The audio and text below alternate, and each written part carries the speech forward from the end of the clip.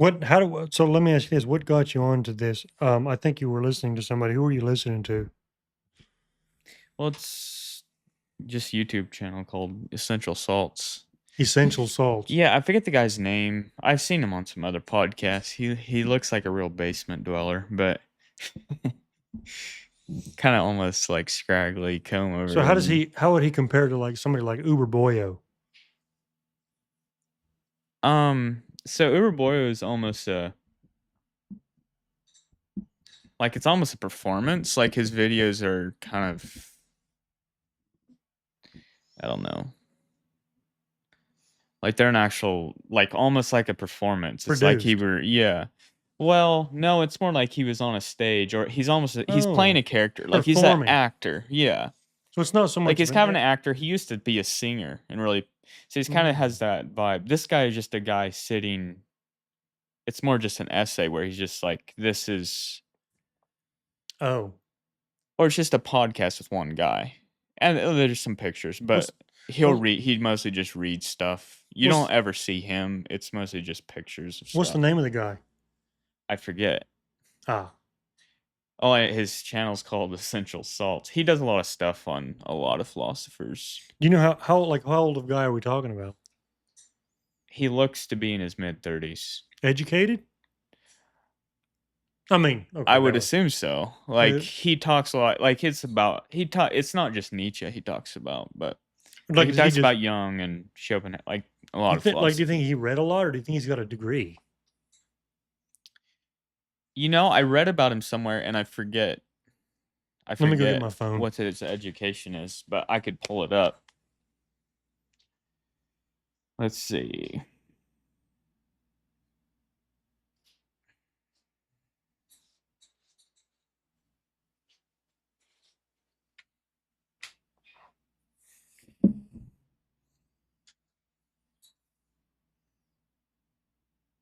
I saw him on another podcast. And I was like, I didn't realize his name is Keegan Gel. It's a K. What's KJ? That's like a Norwegian name or something. KJ Jeldson. Is the K silent or the J Oh, silent? where's he from? I don't know. Like, is he a UK dude or is he from the US? It says United States on the channel info, but um,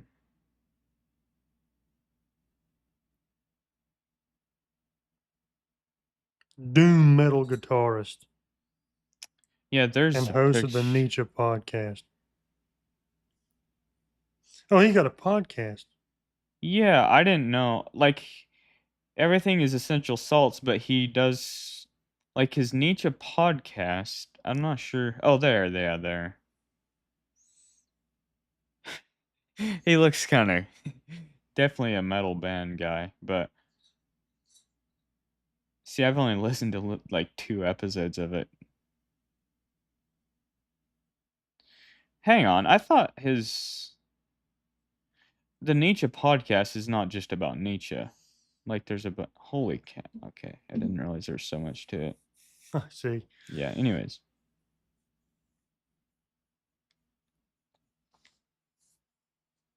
Fascinating. So why do you? So did you get onto this gig about wondering where values sort of come from by just listening to him,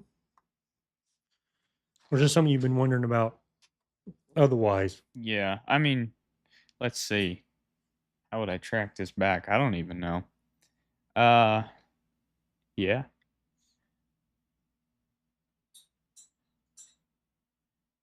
I just saw it's a Nietzsche podcast. And I was like, well, that I've listened to him some, and he seems to make sense. I don't think he's like on some crazy kook. So, Yeah, yeah, right. But I was just I wondering, like, just started listening to it, and then I hear stuff, and I start thinking about it. I guess oh, I got you. So it wasn't like, it's not like I'm looking for. I don't ah, know. Well, it's kind of yeah. I don't know. Like I do kind of seek it out from time. So if like all summer, I've hardly I don't know read or listened to anything like that. Really thought provoking. And then all of a sudden, I go through phases where I'm like, well, this sucks. Do you listen to books much, or do you do podcasts, or what sort Yeah, of I a listen person to are you? books. Yeah. Well, like, yeah, I'm always obviously always listening to books, but like right now, I'm just listening to a novel series. I guess I finished up Dune, That's the been a last book. project. Yeah, it's taking some time, but I think there's you were. not that many books, and he died before he could write the last book in the series, so it kind of ends on a cliffhanger, which is a bummer. But Oh, did he die unexpectedly? I think he was old. Oh, I don't know. I think he just. I'm not sure. See, I don't even know that much about him. Um, however, his boy and someone else he knew did kind of try to finish it up in a way. So his son wrote a whole bunch of books about like the Dune world, kind of make like there's a Dune encyclopedia making sense of everything. And I think they did kind of write 3 books trying to wrap it up, but I don't know. I haven't listened to any of his son's books. I see. Um, But yeah, I don't the Dune thing, it wasn't necessarily a project. It was just I hadn't listened. I listened to a couple books and then I'd go listen to other books and then I'd come back and listen to another book and so there, I've been kind of a little bit fascinated by the Dummies series. So like I don't know the Dummies series, but like there's these yeah. philosophy for dummies, photography for dummies, videography for dummies, cooking for dummies. There's you know, and I've heard several different guys and even intelligent people say that whenever they want to dive into a topic, they'll that's where they'll start. And so I've sort of I did that recently. I bought the um, philosophy for dummies book. And I actually have been finding that quite interesting because it kind of sort of gives you a rough entry to all the philosophies. And so that's actually been very interesting. And then, like I said, at the same time, I'm listening to James Orr on the Peterson Academy. Um, so that's been interesting. And as it turns out, I can get it can keep my attention. That's for sure. The topic. So that's interesting to me. Um so one thing this Essential Salts guy has put forward, his interpretation of Nietzsche is one of the things that Nietzsche thought was that Platonism, that Christianity was basically Platonism for the masses. I think I've heard that before. Yeah. So is that kind of does that what it feels like when you're listening to James Orr? Is it like, oh well, this all makes a lot of sense because I've literally lived that for I don't know. as a Christian or I know born and Nietzsche. raised I know Christian. Nietzsche was no fan of Plato,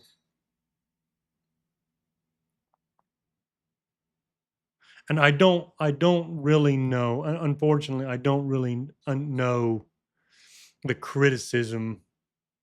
I don't understand the criticism that Nietzsche levied towards Plato. Really, I don't really understand. Yeah, I I don't don't I don't really understand why Nietzsche didn't like Plato in a lot of ways. It doesn't really make any kind of sense to me. I'm not yeah, well, I was curious if you're listening to his Plato lectures, I didn't know if you had kind of an idea of so I know he's very critical of Christianity as being slave morality or just cope, basically. Yeah, Um, so I would assume if he thought Christianity was derived from Platonism, I mean, yeah. Well, I guess he could just see them as the same thing, basically.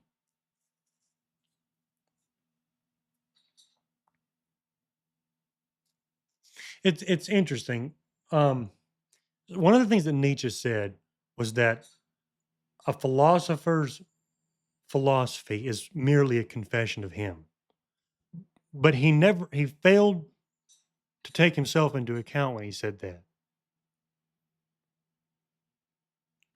That's one thing that's always fascinated me. As in, his idea of what he was trying to make philosophy that was above that, basically. Yes. Yeah, But I don't see I just maybe and I don't understand Nietzsche enough maybe, but I don't understand how if he was trying to build a philosophy uh, that was outside of the philosopher's confession, it's not obvious that he succeeded. Like it's yeah, I mean by I don't know because it his philosophy seems to be he's a brilliant character. There's a lot of truth in what he said, and he sort of took the underpinnings out from a lot of dogmatic stupidity, you know. And but at the same time, it does seem to be the case that his philosophy was a confession of the way his mind worked, you know. So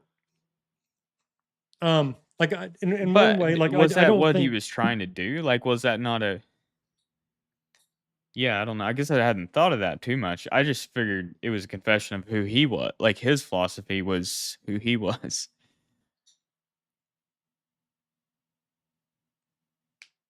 yeah.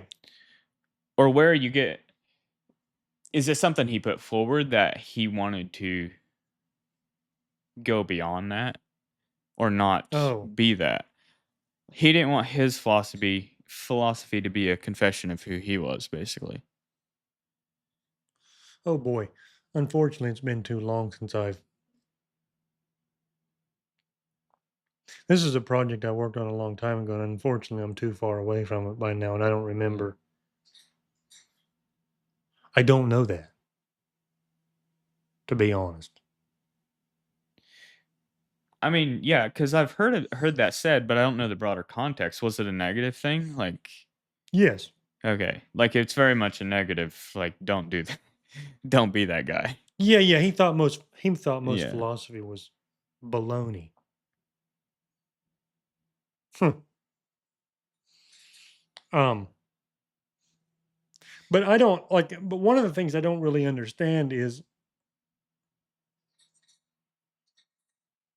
are you familiar with this? Oh boy, I'm afraid there's this young fellow. Or I'd say he's young. He's about our age. He's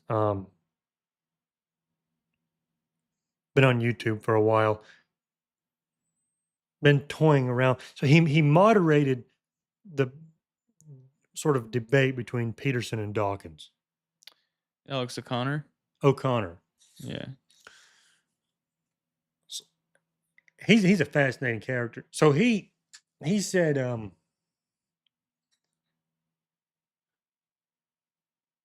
he said and I found it fascinating because I sort of agree with it. He said no matter what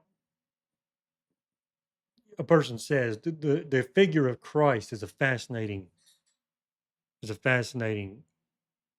character.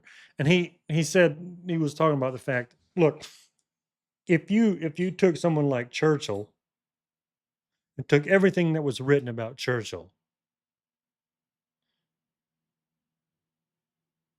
and if all of it was apocryphal, if all of it was written by people who didn't actually know him, it would still be a rough account of who Churchill was. It would still capture the spirit of who Churchill was. And so he posited so if the Christian story is this way, even if they're not the direct words of Christ, they still paint a fascinating character. And above all, it's very, very difficult to um, dispute that a man named Jesus existed.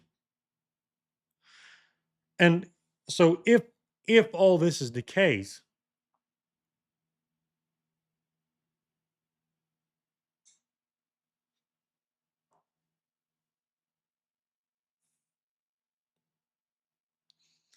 if all this is the case,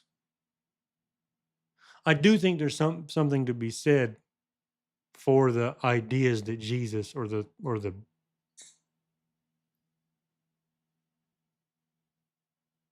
I guess the truth, the ideas that Jesus put forth. Now, so if that's the thing is I don't want to, and I have read Nietzsche some, and one thing I think it seems to me like he failed to do was differentiate a Christian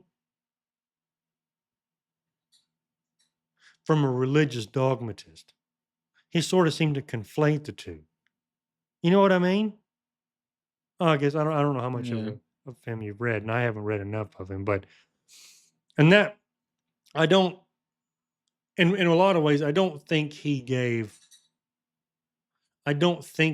Christianity a fair shake.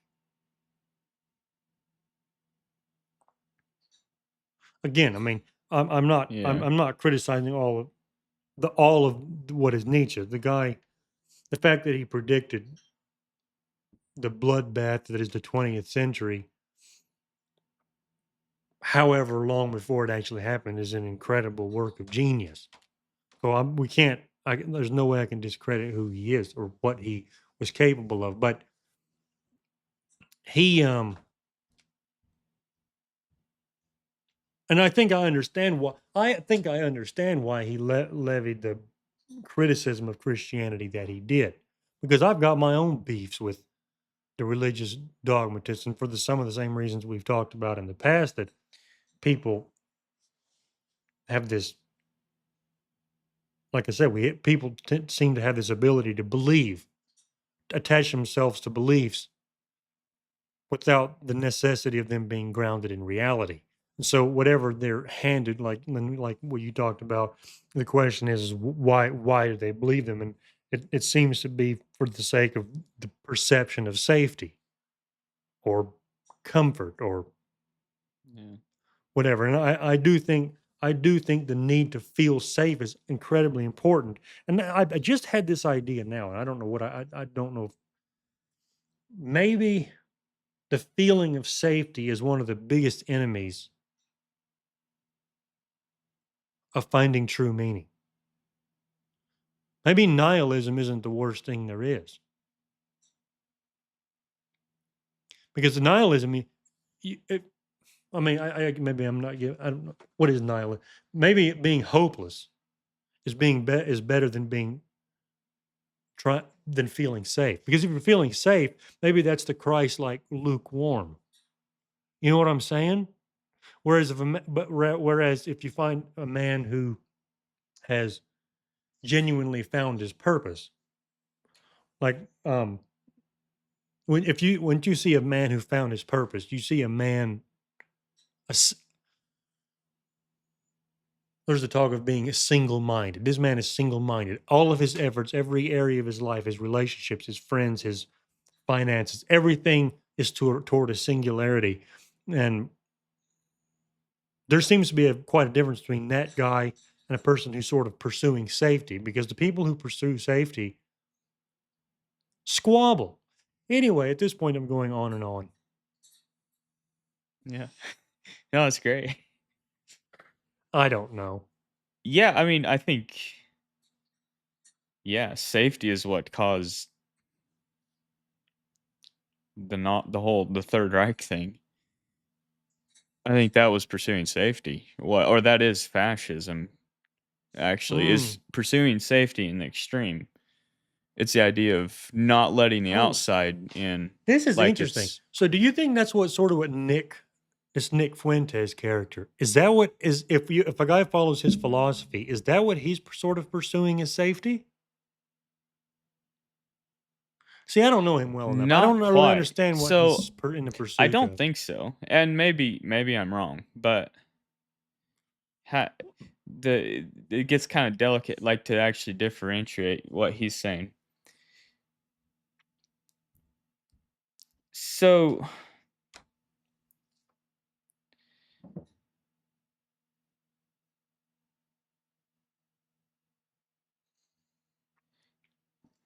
I don't know. I can't tell that giving a voice, he's basically giving a voice to young men who are disenfranchised. like the young white male. And that just seems different. So that seems like a different thing than pursuing safety. Because in a way, like Oh, what he's had the opportunity to be safe. Like so he could have towed the line with Daily Wire, for example, and had it made. oh yeah, yeah. I see what you're saying. So I and like maybe some parts of his message are very right leaning, but they're not actual. He's not authoritarian in the sense that he's just pro. He would say he's pro white, for example. It's not like he hates the other races, but he recognizes the fact that if you have whites, let's say you have a bunch of Muslim immigrants or a bunch of Jewish or whatever it is, he's saying this is what America these are the kind of people that founded America. When you start adding in all these other cultures, you're gonna there's gonna be a lot of infighting, and you're gonna lose what you originally had. Hmm. He's not saying the blacks are the cause of all your problems. They're the reason for everything. We need to get rid of them. I don't know. Is he? I'm trying to kind of sort through it Oh right yeah. in real time. So I don't know if even anything I'm saying is relevant, but So he's very much. it's a little different than just saying they're the problem and othering them. He's saying stick to your group, stand up for who you are and your group because everybody else is doing that and they will destroy you. So okay, but this is fascinating because this, and this maybe tells my limited understanding of this. Sounds like the chance of the Third Reich.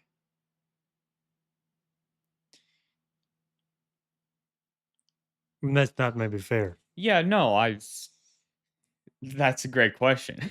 Or like that's um I have thought about this some and I'm not like I said, I'm trying to sort through it a little bit. It doesn't feel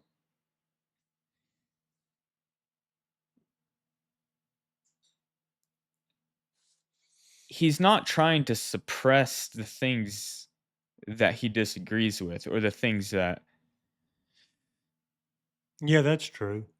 like you know what I mean? Like I think where it becomes authoritarian is where you go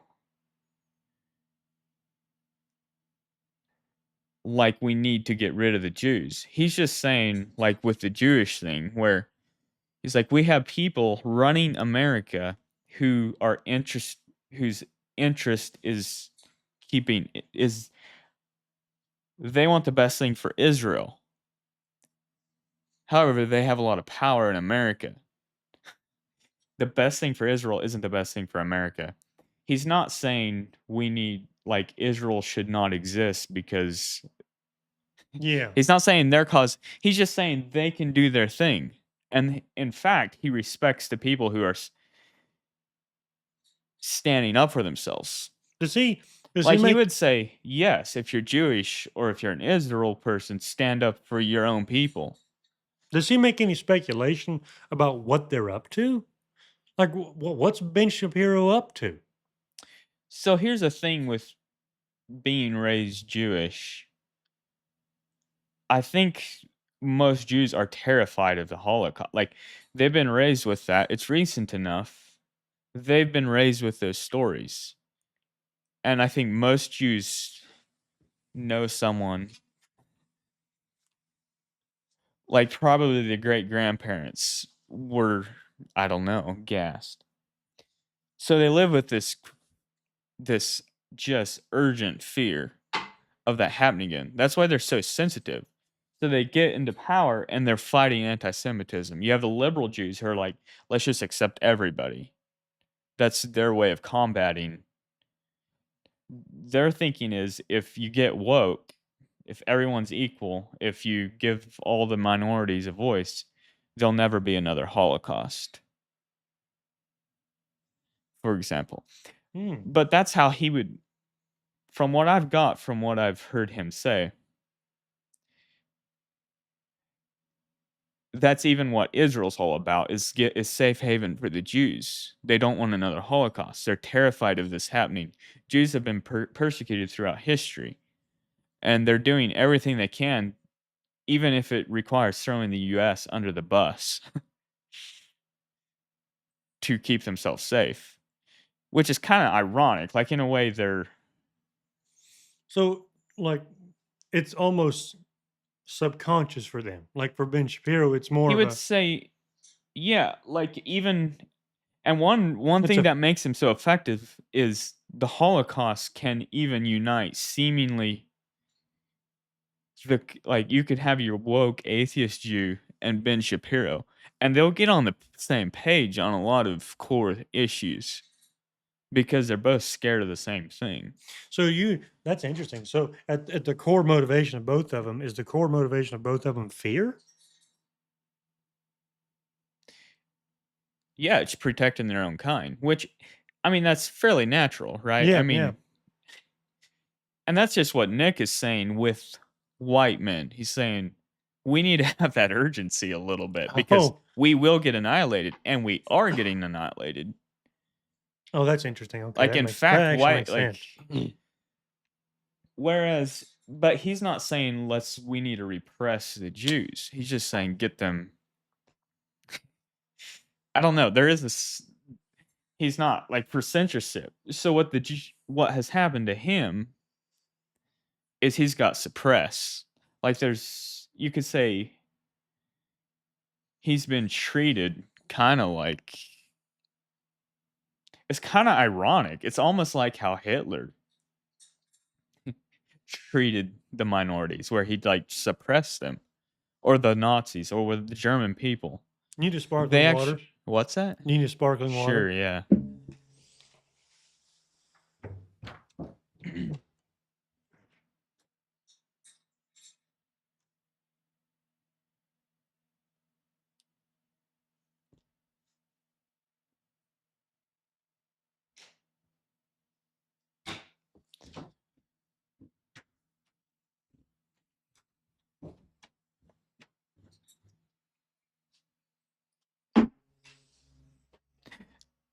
Yeah, I don't know. I went on a kick about a while back where I'm like, what's the difference between communism and fascism? I don't know. That's basically what I came away with. Fascism is just basically like for the common person, it's using people's fear against them. Communism more just using people's, I guess, jealousy against them. Communism Or, is using people's jealousy against well, them. the idea of like, oh, that guy's doing better than me, but Oh yeah, I like guess. he shouldn't be. Basically, I could be equal Oh, if given the fair chance. Like, we're not that different. I think it's also using people's good nature against them, where like they see a victim and they're like, well, let's help him by all being equal here. Let's lift him up and let's pull the people above us down. interesting. But fascism is actually, I think it's all about fear. It's running from, you're like, if we can destroy everything I don't agree with, like it's the opposite of humility, where you're admitting you're wrong and fallible instead of just trying to destroy the problem. I don't know. Well, Nick, I'm this, pulling on a lot of things and I'm making kind of my own assumptions and yeah. trying to think of what he's. So I don't know actually, like I'm probably misrepresenting some of it, but I thought some of these sort of, and some of these dudes were have had this idea that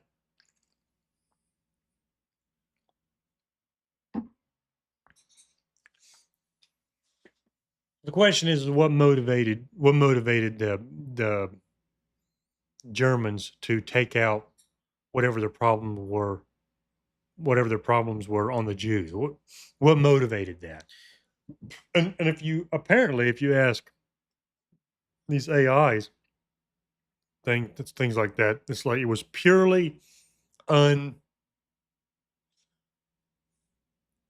it was completely unwarranted. Well, some of these guys, like I've heard, and I don't Well, I want don't think it was. Oh yeah. to. Continue. So Sorry. some guys have said, but some of these guys are saying that that this they were provoked, or I don't know if provoked is the right word. There were things that were going on that made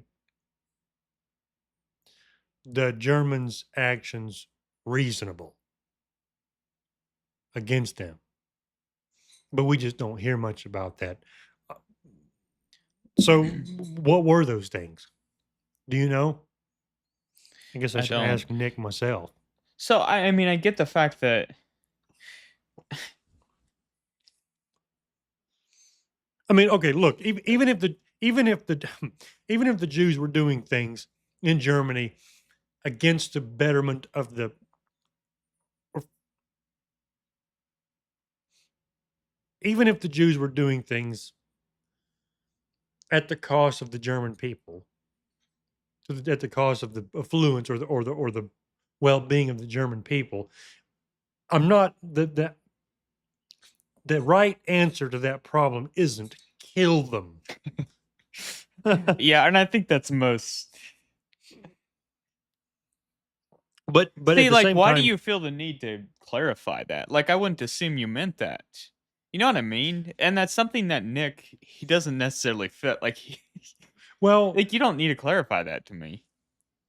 yeah. So, Like, what? well, no. So I what? feel What? like there's some programming or something in us where we're like, well, we got to give them some room because they were a big, like 6 million got killed.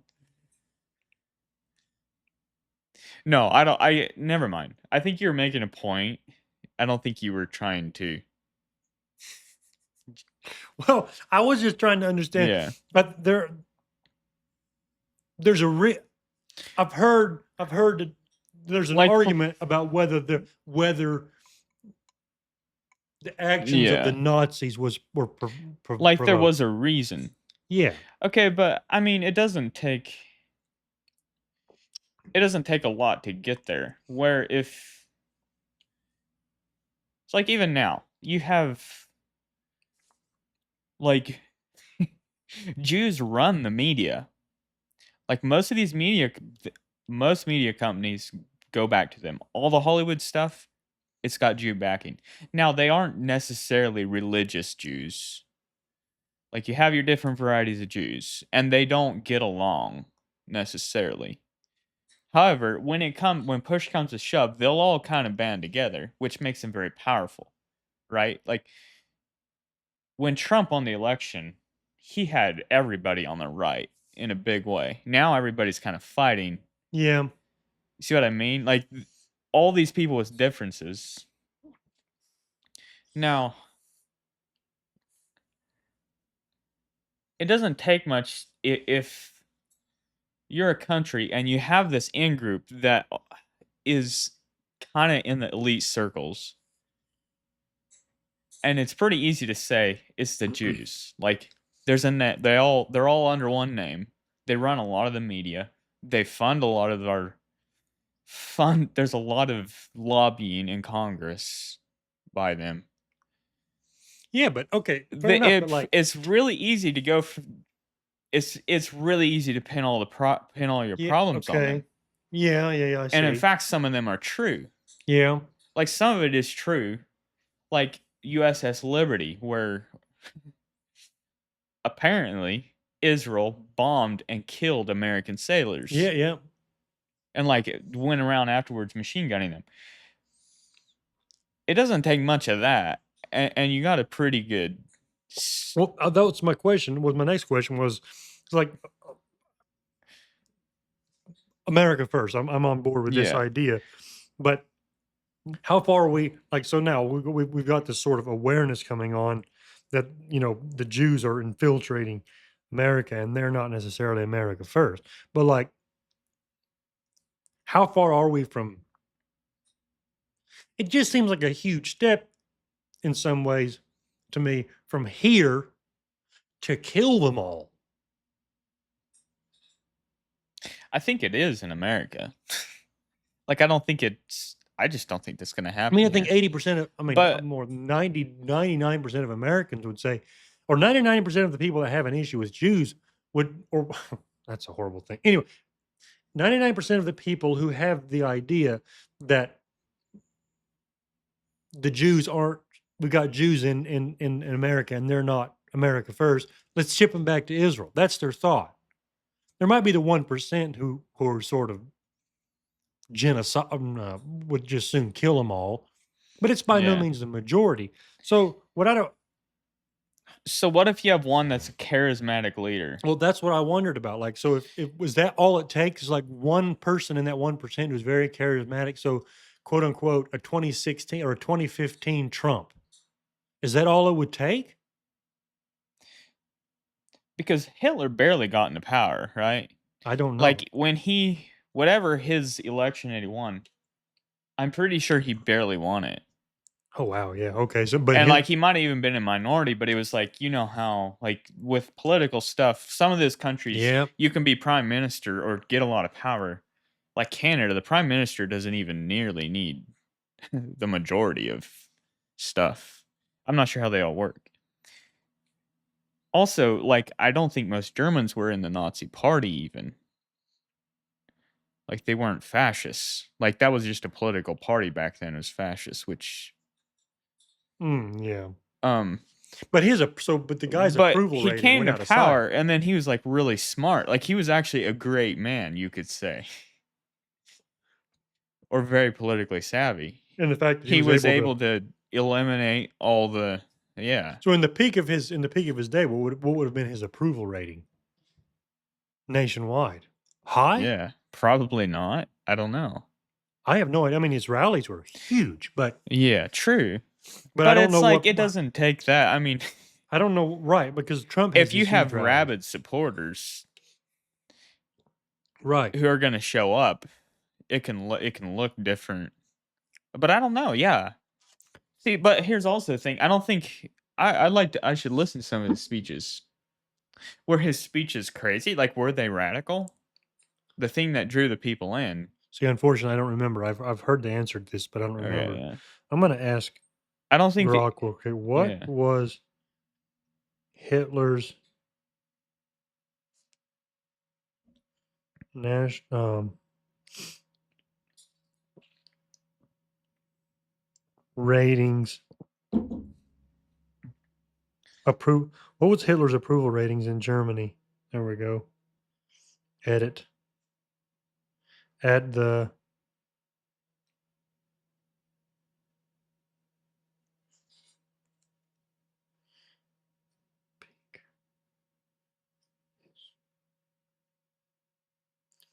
Was it, what is it? President? Not presidency. At the peak of his reign. We'll just go with reign. Yeah. I suppose that would have been when he like in the late 30s when he came to power or was in power Yeah. and rolling.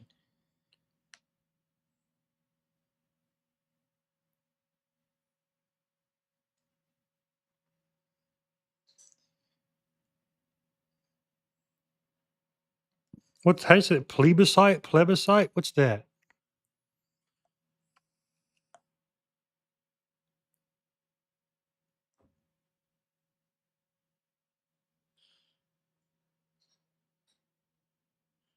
So, but the problem is, so yeah, they had the polls would have showed like 90% for him, Yeah, no, maybe he but was. but this occurred amid intimidation, propaganda, and stuff like this. So it's hard, it's going to be hard to I will tell. say that's the other thing with how you'd somehow have to control all media to Right. actually make that happen again. Like it might be easier to if you lived in America where everyone just had the news channel.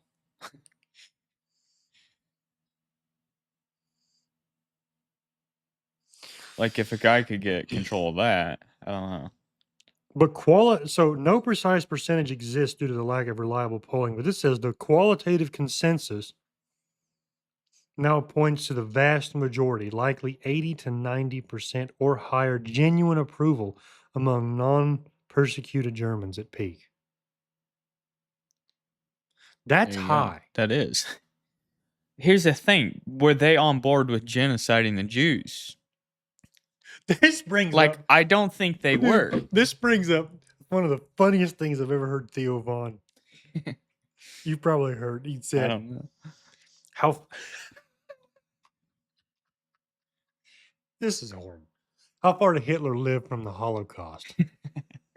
Like as if he kind of had That to was his day drive to job. work. What was his commute? That trash was crazy. That is an excellent question. I wonder, like, and how many people at that time, assuming all of what we heard is true about all these concentration camps, how many people knew this was going on? Did everybody know this was going on? So, have you read Five Ordinary Men?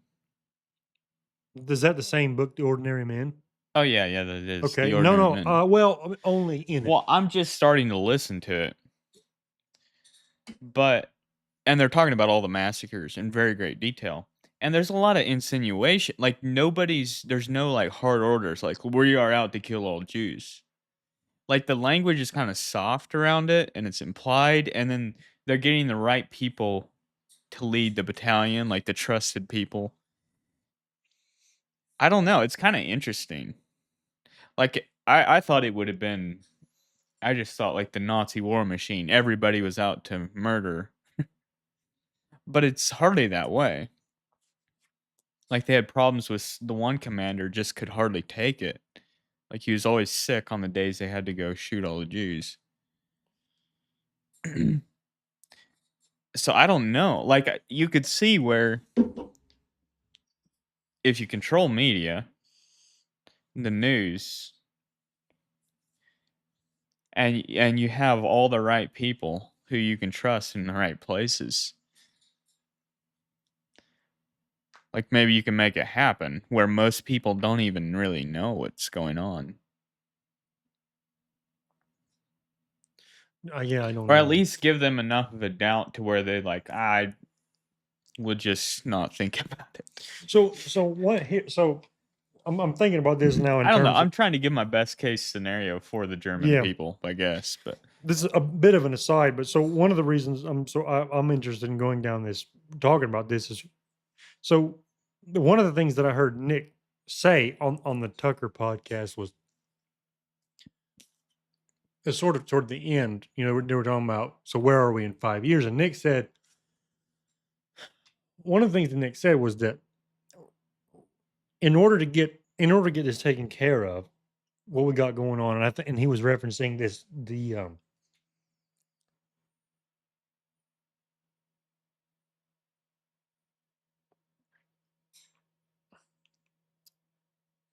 race thing was when he was talking about in order to actually get on top of all this, and what he hopes for is we're going to have to absolutely crush the opposition.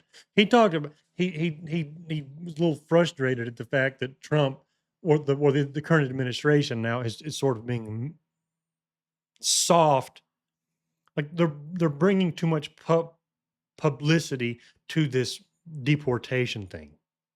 Like but this, so not that actually deporting anyone. right. So Yeah. they're doing all this stuff, and then they're making it public, and then it's making people get upset, and so then they have to bring in. So ICE is there, and they're bringing publicity and riots, and so they have to bring in the DHS, and that's just making, and it's just elevating things, but it's all slow, and it's just it's just adding oxygen to a already to a fire. Whereas if they just go in there and just crush them, no publicity, just go in there and just deport. Like if you oppose, if you like, if you're an illegal immigrant, you have to go. If you throw rocks, if you oppose the effort, you get thrown in jail for a very long time. Like, and don't give this sucker any air. Just crush it. So at first I was like, ooh, that's I mean, he's got a point, Yeah. and that sounds harsh, but so I'm trying to compare this to sort of, and I don't know if it's a fair comparison, but like that borders on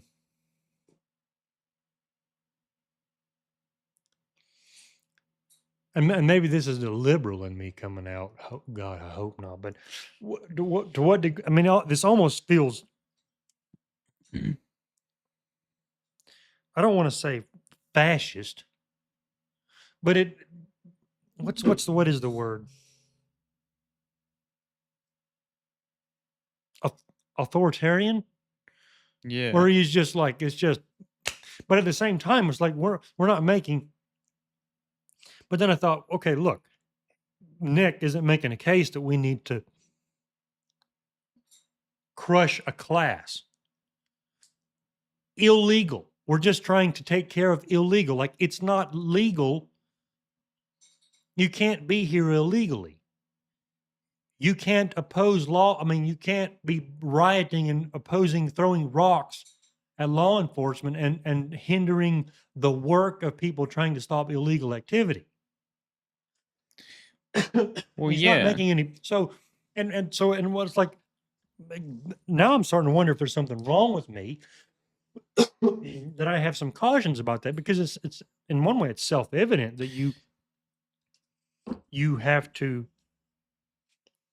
there has to be some sort of law.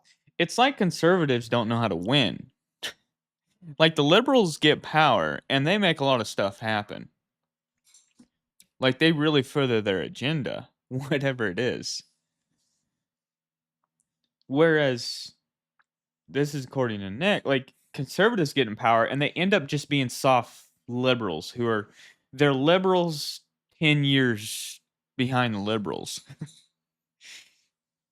Like they're not actually there to push the right wing's agenda or to make America better.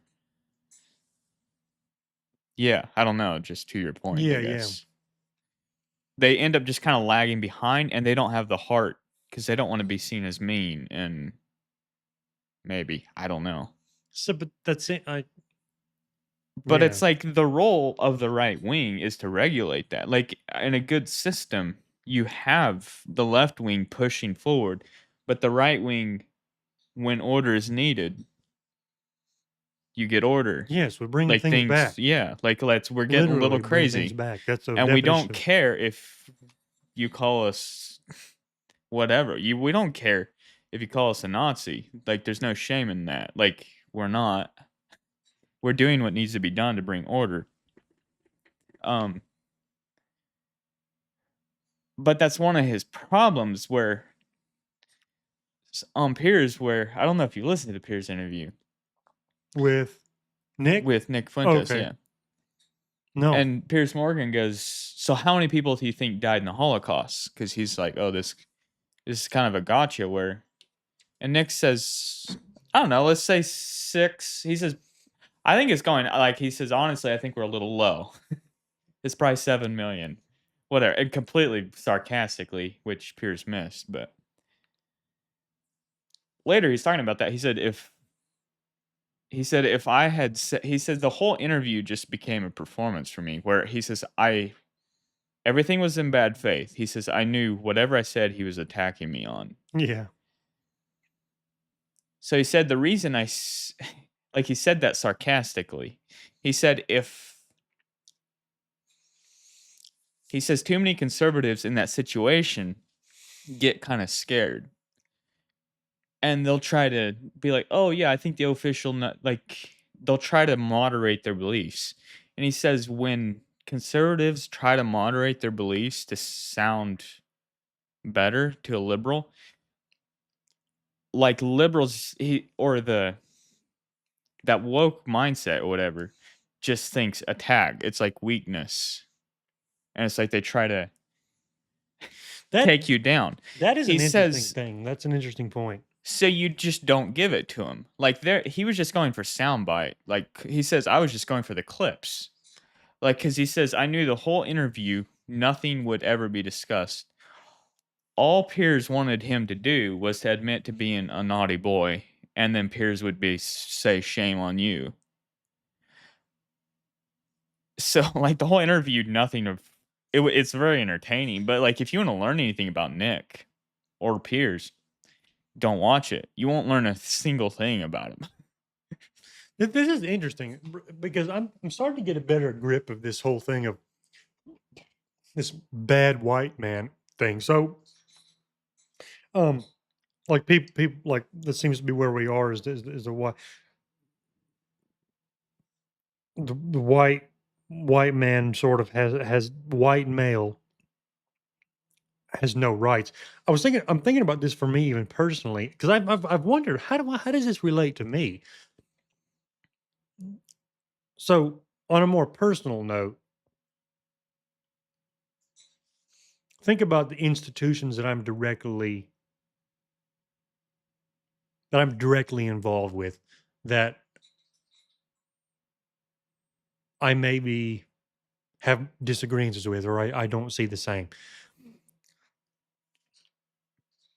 My actions, my reactions, the things that happen within me when I'm up against this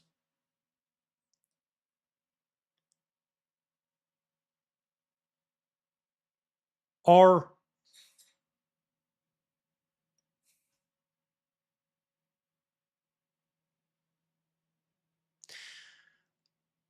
it's fear.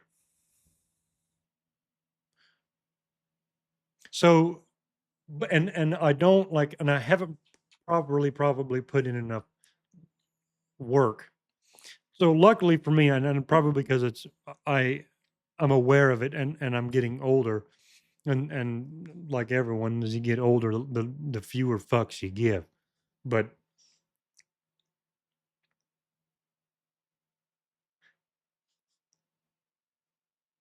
I have been a very defensive person, I think. I shouldn't say very. I've been a defense I've saw myself be defensive. And why?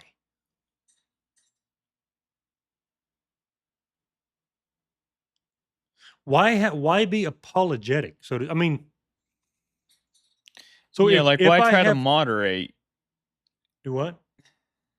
Like you're talking like you have a controversial take. Like you disagree. You know that they're not gonna. There's gonna be some shit. You're gonna look like a bad guy, kind of for Yeah. disagreeing. And so you try to moderate it to kind of meet people in the middle. Is that what you're?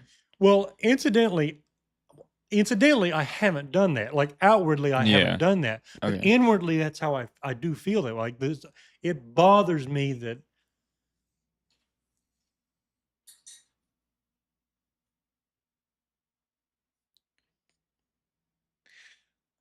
deep down, I still care what people think. I don't like the fact that there is the potential for my disapproval. And what you know, and I've talked to I've you know, and I've hired counselors, therapists, and that's one of the things of address is like, so what is it that I'm afraid of? And digging down that hole. Um, so I'm afraid if people don't, see here. See now I feel like I'm putting myself through therapy again. So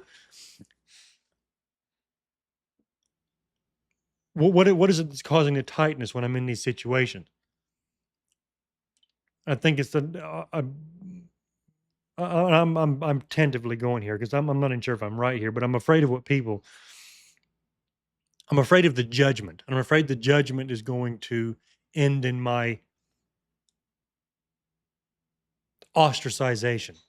Is that the word? And so why I'm afraid of ostracization?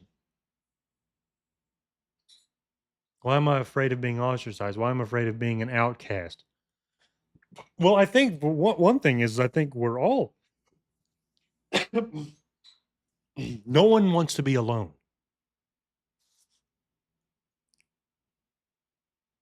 So and I think I could go down this rabbit hole some more, like personally, working on myself here. But so the question I'm having now is, as a whole, in America, as white men, is this where we all are? is that we've become afraid. And I know it's the thing of it is, I think it's tempting to sort of blame it on something, blame it on the liberals. We've been crushed by Yeah. the liberals. But I now I'm sitting here as I'm thinking about this. Is it their fault? Or how have we We're just a is it really their fault that we've gotten this way, or is it just because we how do we get this way? Why is it that we've gotten to the place where we no longer sort of maybe this is it. We've no longer sort of believe in we don't have the Christian values that we used to. I don't know if I'm probably wrong and I'm rambling and I'm sort of thinking out loud, but do we is this guys talk about we don't have the Christian values anymore because the Christian values give us unapologetic belief in something. And that's being undermined out from we've let that be undermined mined out from underneath us and now we feel like we're on sinking sand and because we sort of allowed some of this nihilistic atheistic well, it seems like thing out from under us, and we don't feel stable anymore. So was that is that some of the reason for our emotional or our mental or spiritual? I don't know what's the word.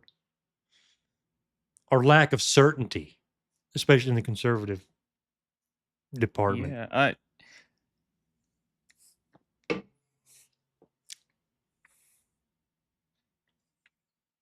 yeah, I think it's just the desire for a normal life, basically. Like there's too many comforts where it's like you can like life's pretty comfortable for most guys if they just like my disco buddy, just go to do all the things and but you kind of have to just go with the morality of the herd, which is white man bad, basically. And so inherently, as a white guy, you're just gonna feel guilt for any kind of advantage you have. But I don't. Here's my issue. So I mean, I don't understand this yet because I don't ever personally hear or feel like so we're out here in the rural America. I don't hear or feel the white man bad. I don't hear or feel the white man bad being shoved down my throat. Yet you know what I'm saying? Yeah, yeah, you still have that feeling. Yet I still have this, Yeah, you know what so because I think it's yeah, I think, but I think that culture, and I'm not blaming it on the culture. I think just what it's done is like men have just kind of said, "Well, I'm not taking responsibility. I'm just kind of checked out and just because life's kind of good." So you could say, "Well, it's just men want comfort too much, and so they're not willing to actually stand up and fight or stand up against the crowd and be unpopular." Is that what you're saying? Or you're just saying this is way more core than that? Like it doesn't really matter where you are.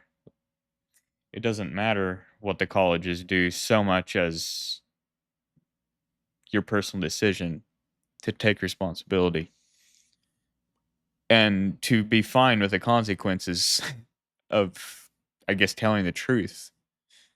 yeah, that's an interesting point. It seems like we see how have we gotten to the place where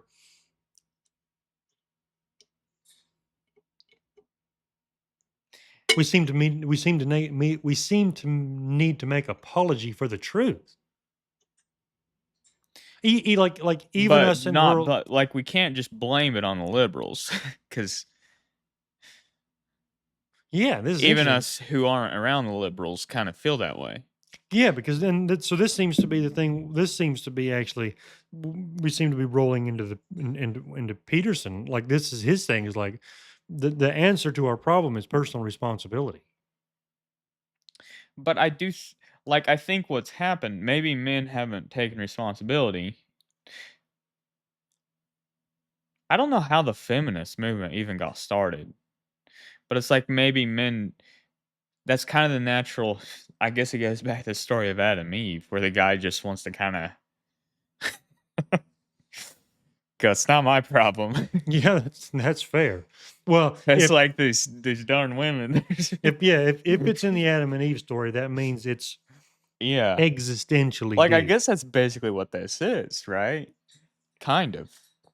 So the place where we are now in America or whatever, is it unique or not? I mean, it is unique, but Yeah. It's hard to say. Like, it's just that's what frustrates me about history is like so much of it you just don't know. If you did know, like it might be a lot clearer how to proceed. But like you don't really know what I don't know, the last days of the Sumerian Empire or whatever the really old civilizations that are gone, what they were like. right. Like anything you have is going to be biased and fragmented.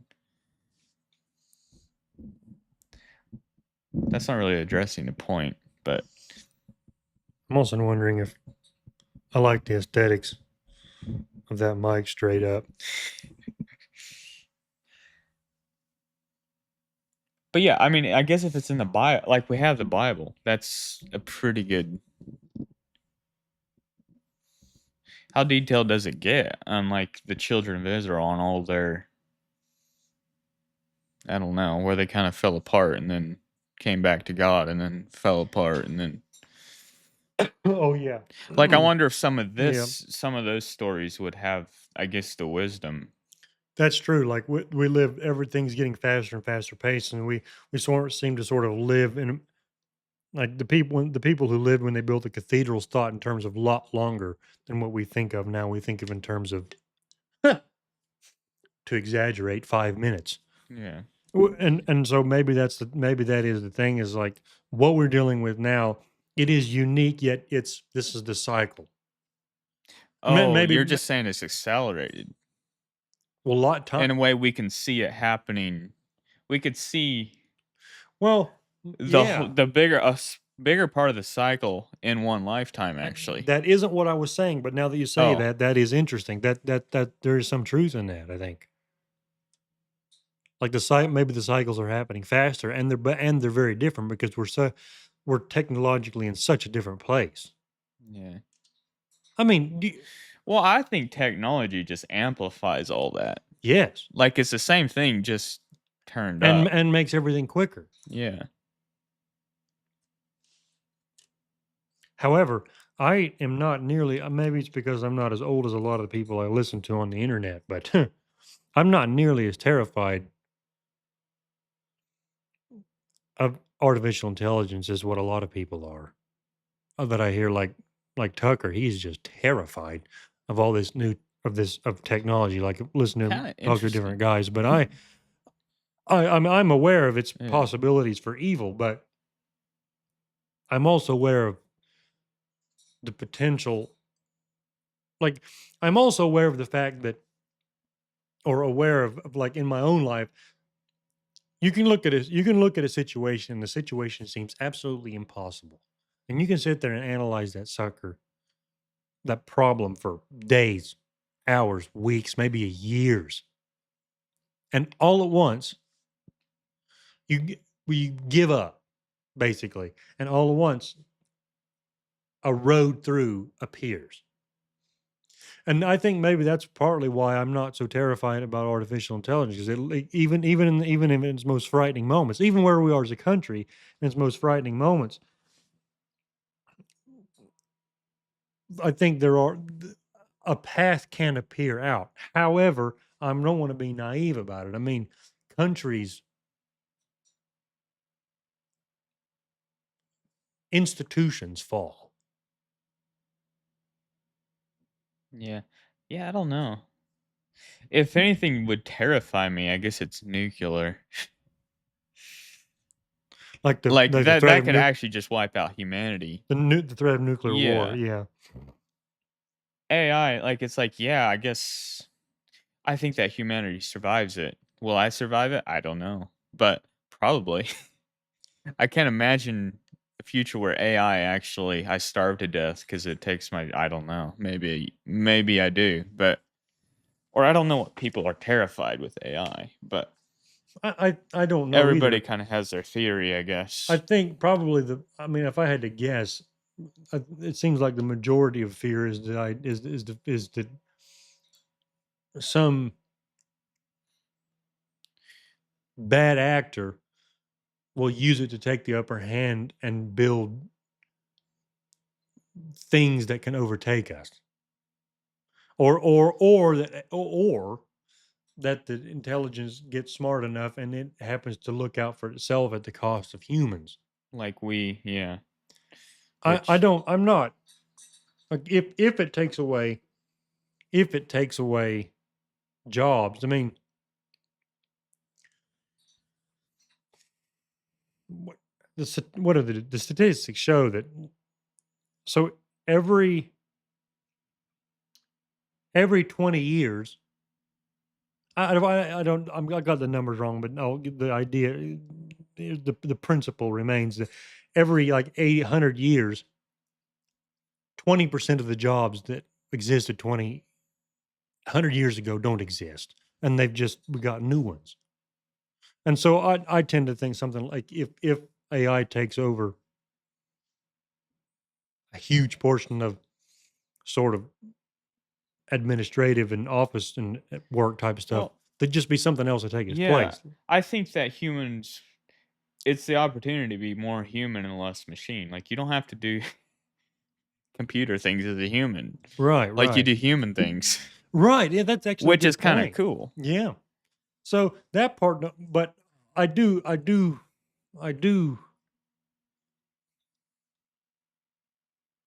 The other two things that I mentioned about AI would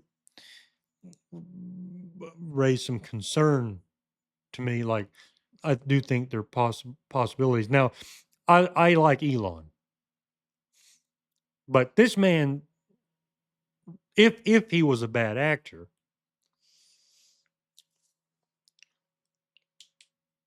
it's conceivable that in the next,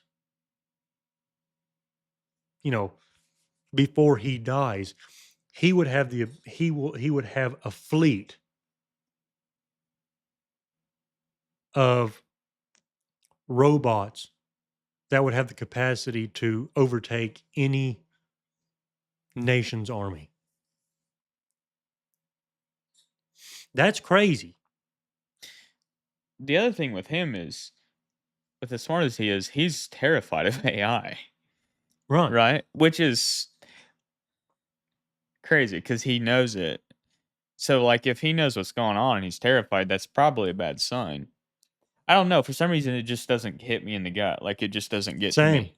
Like, I'm sure I don't comprehend it, but what are you gonna do? Like, you're not gonna stop it. Right.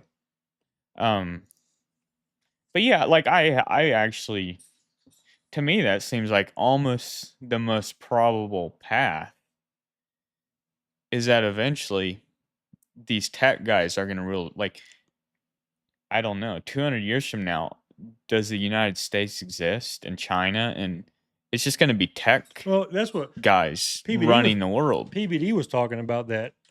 If these nations exist, they're just gonna be they're just gonna be manipulated Yeah, he was talking about the completely. fact that like we're at the cusp of an age where countries are no longer the strongest entities on the face of the earth. We're going to go back to where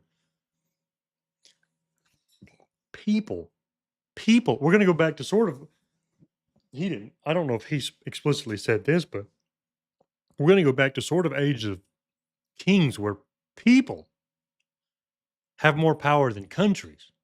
It's kind of like we'll almost be living in the world of Dune, other than no interplanetary travel. Yeah, But unfortunately, I'm very unfamiliar with the world of Dune, and I should I think I should oh, I probably. don't. I just got through going through the I'm a 30-year-old man, and I just now finally went through the Lord of the Rings movies. I went to yeah, I think it's a couple years back. I watched them all. But So I some of the suppose it's best time to movies do. ever made, in my opinion.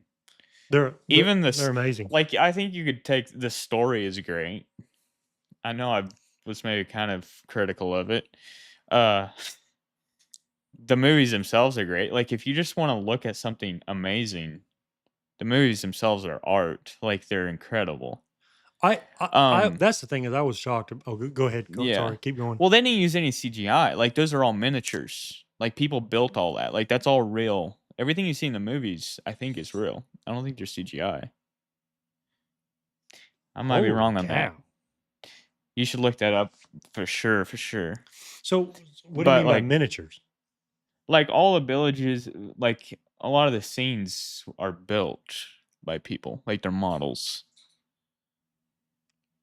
That's crazy. Like if Because you see those, pictures of it, it's really cool. Like pictures of the set and like, so, stuff. but like, so if you think about, oh my god, so like the White City thing is huge. So they just build it small and zoom it I somehow. think so. Yeah. How do they place people on this stuff then? On a miniature Yeah, I don't set. know. Oh, and like the gates to Mordor, like when that where the final battle is there. Them things are huge. So they have. I don't know. I Yeah. I wonder while I was watching this trash. So it's like the Like last no, one I was think it's all miniatures. shot in what I don't know how they do it, but the first one was shot in like 2001. I guess good Ned. I just yeah, couldn't and they look believe it. better than a lot of modern movies, to Yes. be honest. Like unless there's some super high budget ones. Okay. You know what? I actually got that wrong. This is I think it was one of the first places where CGI was used with great success. Armies at Helm's Deep. See, I don't remember all this stuff. What does it say about Helm's Deep? That's all That's where CGI. yeah, CGI was used for the golem, for massive battles, for creatures and monsters, environments and extensions. Cities like Minas Tirith, Isengard, and vast landscapes were often digital extensions added to real sets. Really? Because I've seen pictures of. Okay, okay, where practical effects dominated. So yeah, they used miniatures for the huge detailed physical models for places like Helm's Deep and Orthont. I don't know, Orthunk. Okay, Huh. they did use it some, but yeah, okay, I was completely wrong. Well, whatever. Those movies are a piece of work. I mean, I Yeah, don't. I didn't even the fact that that was shot in 2001 to me was just astounding. But I haven't watched. I'm a grown man. I haven't watched Star Wars. Apparently, that's a real. And that was shot in what, the 70s or the 80s. The first one. I don't know. I'm I'm just not not a. sure. I've watched it and I couldn't even get through it. I'm. Like it I'm. doesn't look that great. Oh, really? Like you'd have to just be into the story. I see. It's just for some reason Star Wars just never got me. Yeah, that stuff isn't. That stuff doesn't key me up either. For this whole these even on average these stories like um Lord of the Rings don't do much for me typically, but Yeah, though I that liked that the one sure, movies, man, but that was great. Yes. like as far as books that grab me, like kind of in the fantasy or whatever realm, I guess it would be Dune and get the Song of Ice and Fire books. So Other than that, are the Dune movies good? yeah, Lord I of the don't think Rings? there's. I forget. I didn't like them near as good as the books. Just Oh, or I did. They're just a little. There were some differences and stuff. I forget. See, it's a really hard story to really get everything out of in a movie. Like you just miss so much. There's Oh, so much that can't doesn't work in a movie. Like inner monologue. There's so much inner monologue because like it's all like subtle maneuvering and like they're playing these games with words. And like if you're so they have truth sayers who can like all the emperors have their or the guys who own planets, they're able to get these high end people who are either computers because no technology is allowed, like no AI. So they have people who are computers and people who can spot lies. And so if someone's dealing with a truth sayer, they have to manipulate their words right so they're not telling lies. Like there's a lot of inner monologue and kind of oh, games within games being played. and they can't be captured in a movie. Yeah, you just can't. You can hardly. Oh, are the oh, what was I going to ask? Are the movies? So what we're saying is the movies. Okay, sorry, I know what I was going to ask. Have you read the Lord of the Rings books? Oh no, no, I I haven't wonder. I read. wonder how far the movies differ from the books. I don't know. Like that story it would seem like a good one to adapt to film. Like I can't. It's all pretty It's actually to me, it's similar and actually real. a perfect story for film because it's pretty easy to portray the good and bad without. Everything's sort of external, Yeah, and like there's there's not a lot of and underneath. And yeah, yeah, yeah.